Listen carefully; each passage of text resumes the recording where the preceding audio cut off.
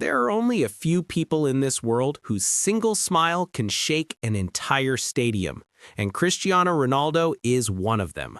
Whether he's in Spain, England, Portugal, or even India, his name echoes like a chant, Sue!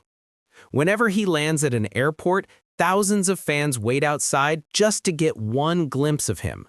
People literally run behind his bus, waving flags and posters, because for them, Ronaldo isn't just a footballer, he's an emotion. And you know what's crazy? This same man, who today rides in million-dollar supercars, once begged strangers for leftover burgers to survive. Ronaldo's journey from a small boy on a tiny Portuguese island to becoming the most followed human being on the entire planet is nothing short of a miracle. His influence is beyond football. Brands, governments, and entire countries want his face to represent them. Even the Portuguese government once made him their tourism ambassador, and his campaign was showcased all the way at New York's Times Square. Hi, New York. What's up, Times Square? It's me, Cristiano Ronaldo. That's the level of global power he carries. But behind this shining fame hides a heartbreaking past, poverty, rejection, and struggles that would break anyone else. So let's rewind the story. Let's go back to the beginning, to the day a little boy named Cristiano Ronaldo dos Santos Aveiro was born. February 5th, 1985. On the small island of Madeira, Portugal, a baby boy took his first breath. His name? Cristiano Ronaldo dos Santos Aveiro. But do you know how he got that name? His mother, Maria Dolores Aveiro, wanted to call him Cristiano. And his father, Jose Diniz Aveiro, who was a big fan of American actor and former US President Ronald Reagan, wanted to name him Ronaldo. So they combined both names, and that's how the world got Cristiano Ronaldo. Ronaldo was the youngest of 4 siblings. He grew up in a small house, often struggling even for basic needs. His father worked as a gardener and part-time kit man for a local football club, and sadly, he was also an alcohol addict. Many nights, Ronaldo's mother had to face his father's anger and abuse. Life was brutally hard. Money was almost never enough, and because of those painful nights, his mother once even decided to abort the pregnancy. She already had 3 children, and feeding another seemed impossible. But destiny had other plans. The doctor refused to go ahead, and that's how the world's greatest footballer was saved even before he was born. At the age of 7, Ronaldo started kicking around a football made of old clothes and plastic.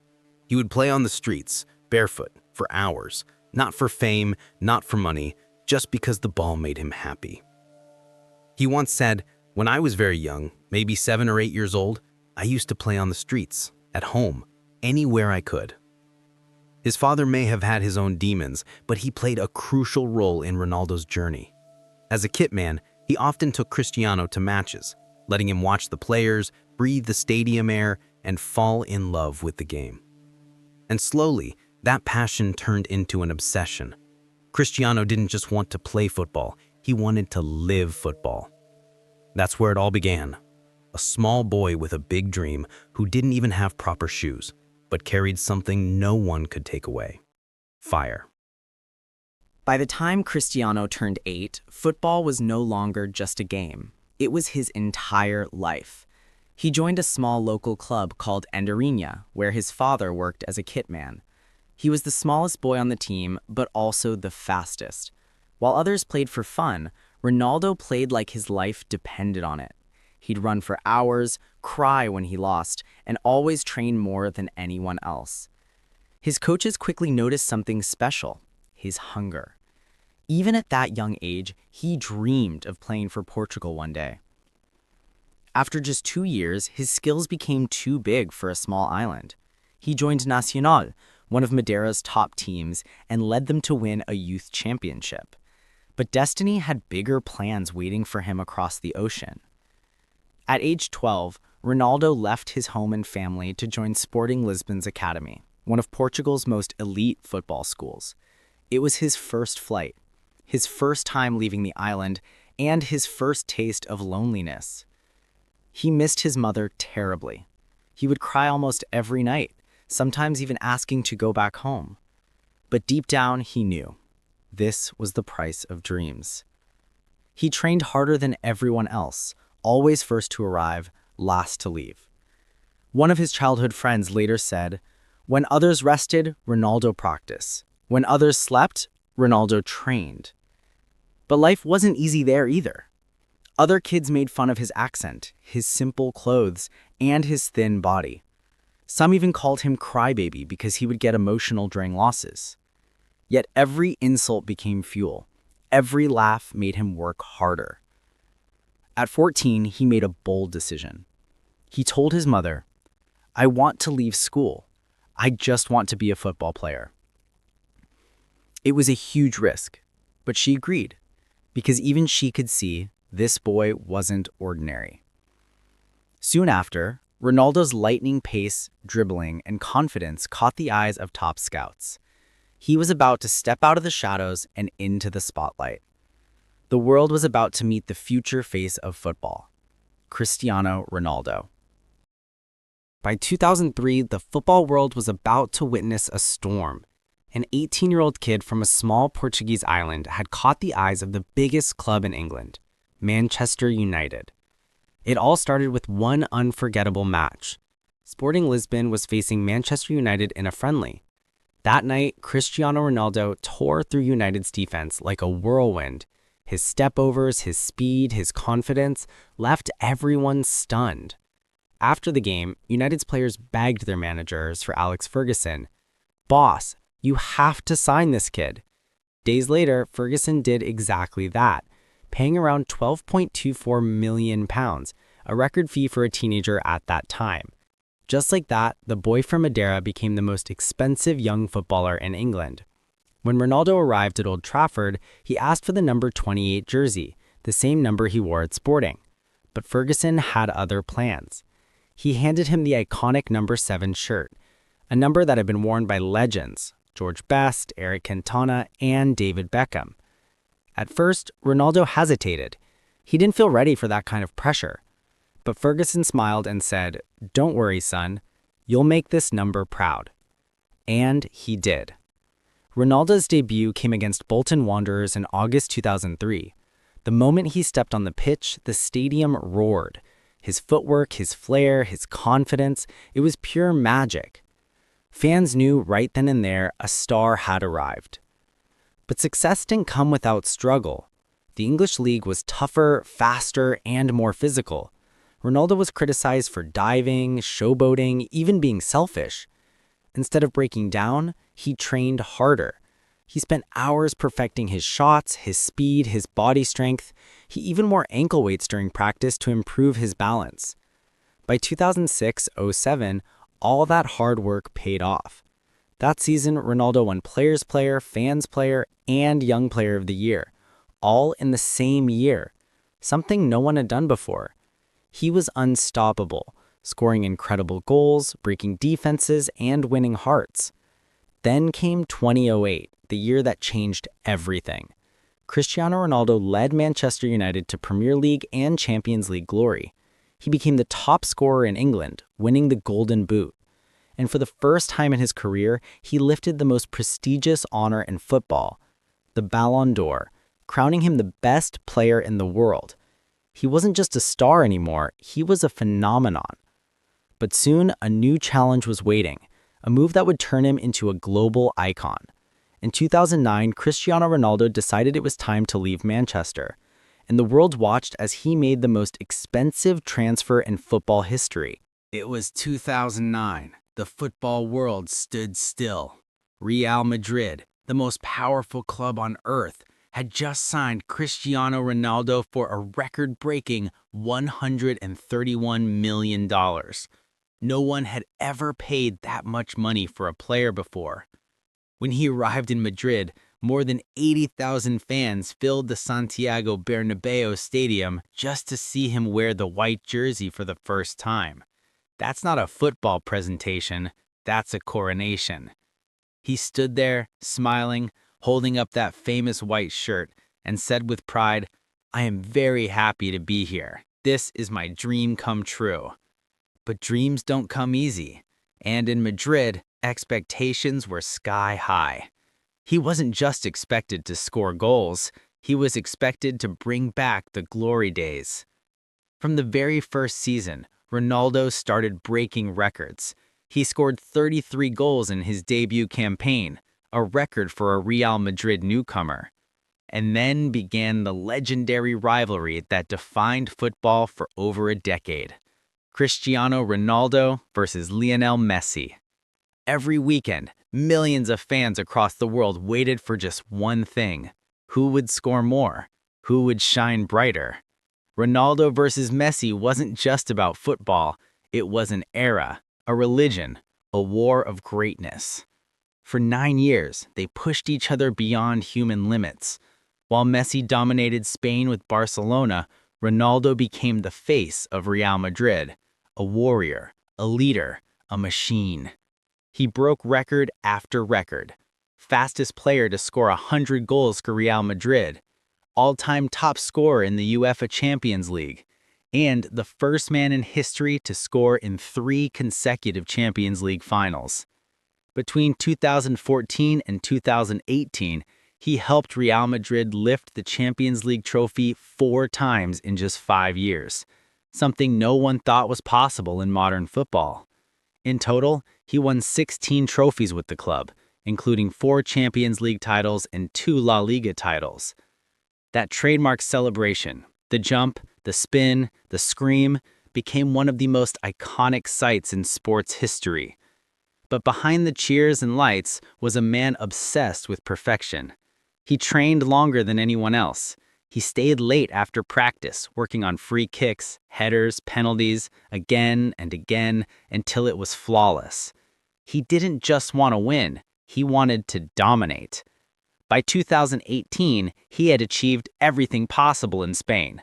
But Ronaldo was never one to stay comfortable. So once again, he shocked the world.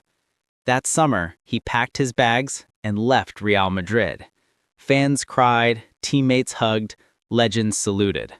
The King of Madrid was moving on to begin a new chapter in Italy. It was July 2018. The unthinkable had happened. Cristiano Ronaldo, the King of Madrid, was leaving Spain. After 9 magical years, 450 goals, and endless glory, Ronaldo decided it was time for a new challenge. Where most players would slow down at 33, Ronaldo did the exact opposite. He leveled up. He joined Juventus, Italy's most successful football club, for a massive €100 million transfer fee, one of the biggest in history for a player of his age.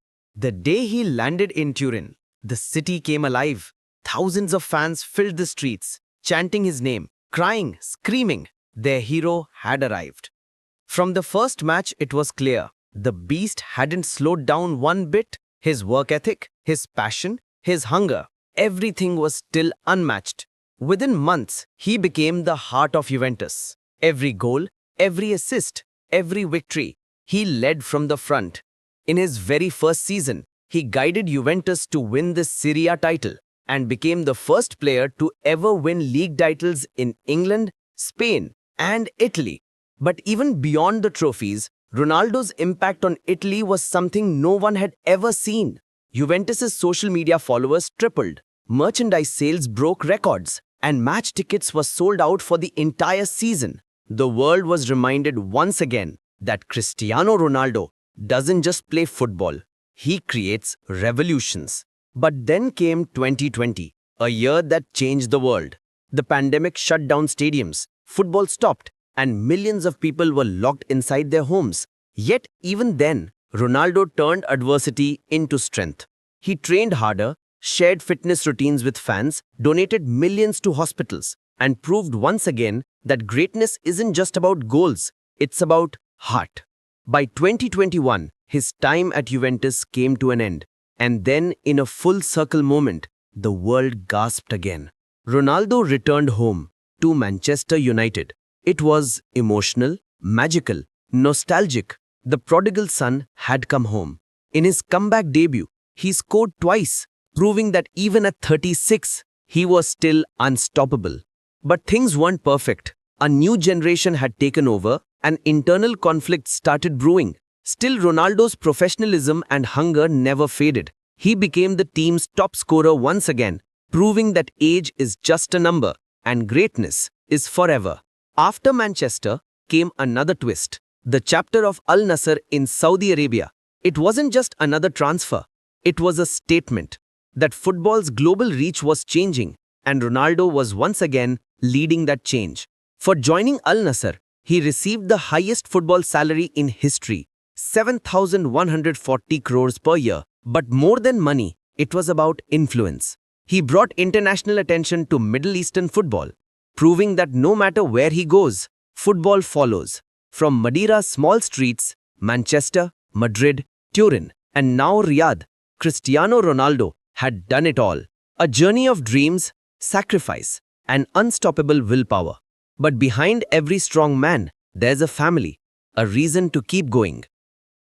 Behind the fame, the records, and the billions of fans, there's a man, a son, a father, a partner.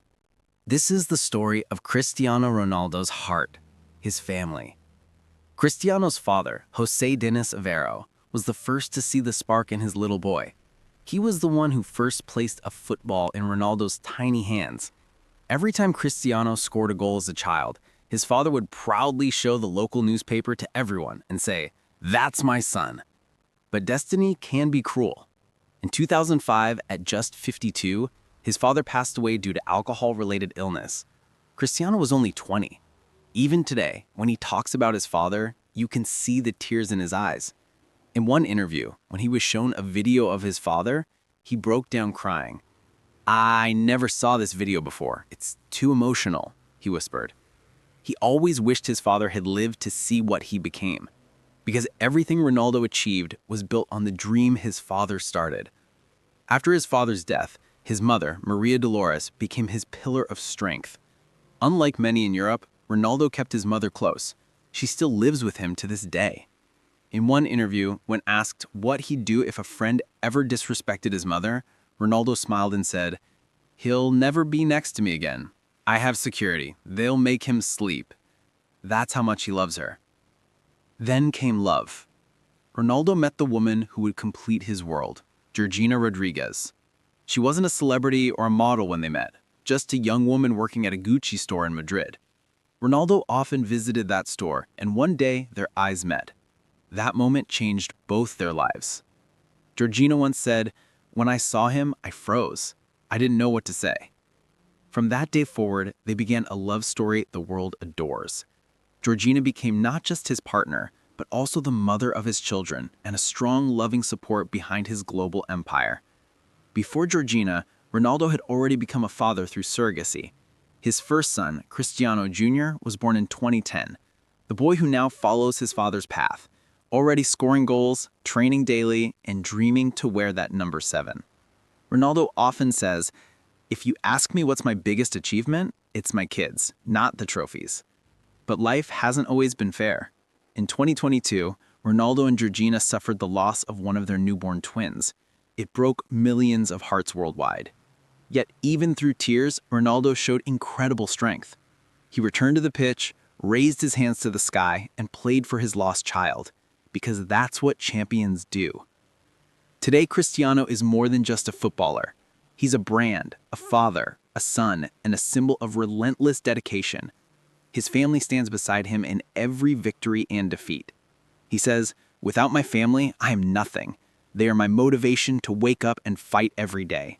And that's why, behind every CU, behind every trophy, there's love. Now we move to the final part of this documentary, the chapter that defines the legend beyond football, the business empire and legacy of Cristiano Ronaldo. When you hear the name Cristiano Ronaldo, you don't just think of a footballer, you think of an empire. An empire built on discipline, vision, and a mind sharper than any defender he's faced. Because Ronaldo isn't just a player, he's a brand. Today, his net worth crosses $1 billion. He's the first footballer ever to reach that mark. And while others play for fame, Ronaldo plays the game of legacy. Back in 2009, when Ronaldo joined Real Madrid, he made a decision that would change his future forever. He trademarked his image rights, his name, his face, his signature, even his voice. At that time, nobody imagined how powerful that move would be. Most players shared 50% of their image income with the club, but Ronaldo negotiated to 60% in his favor. That was the beginning of his business revolution. 3 years later, he went a step further. He sold global rights of his image outside Europe to a Singaporean billionaire, Peter Lim, through a company called Mint Media. Why? Because Ronaldo saw something others didn't. Asia, a continent with 60% of the world's population. He knew his brand could rule there. And he was right. That one deal made Ronaldo one of the most recognized athletes in China, India, South Korea, even remote parts of Asia. Chinese fans call him CeeLo, short for Cristiano Ronaldo. But Ronaldo's empire didn't stop there. He transformed his CR7 identity into a lifestyle brand, a symbol of luxury, fitness, and success. Let's break it down. Number 1, fitness empire. Ronaldo partnered with Crunch Fitness to launch CR7 Fitness by Crunch gyms, now open across the USA, Spain, Canada, and Australia with over 300 locations. He's also the global ambassador and investor in Whoop, a premium fitness tracking brand, where even the cheapest band costs more than 40,000 rupees. He owns Ruju, a high-end mineral water brand, and has invested in Advanced Recovery for Athletes, a company producing world-class recovery tech like compression boots and cryotherapy equipment. Number 2, lifestyle empire. He co-founded Pestana CR7 Hotels with a luxury Portuguese group, now shining across Portugal, Spain, Morocco, and the USA. He's a partner in Grupo Mabel Capital, an investment firm managing restaurants, real estate, and private equity. Under the CR7 label, he sells premium clothing, perfumes, and accessories, with prices starting at 15,000 rupees for underwear and 40,000 rupees for a bottle of CR7 perfume.